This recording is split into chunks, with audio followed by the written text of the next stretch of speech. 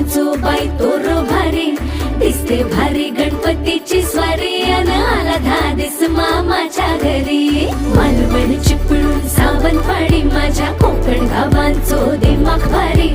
दिसते भारी गणपतीची स्वारी माझ्या कोकणा वाटे तुम्ही वलवा गाडी धमाधमान हाका गाडी माझ्या कोकणचो रस्तो नागमोडी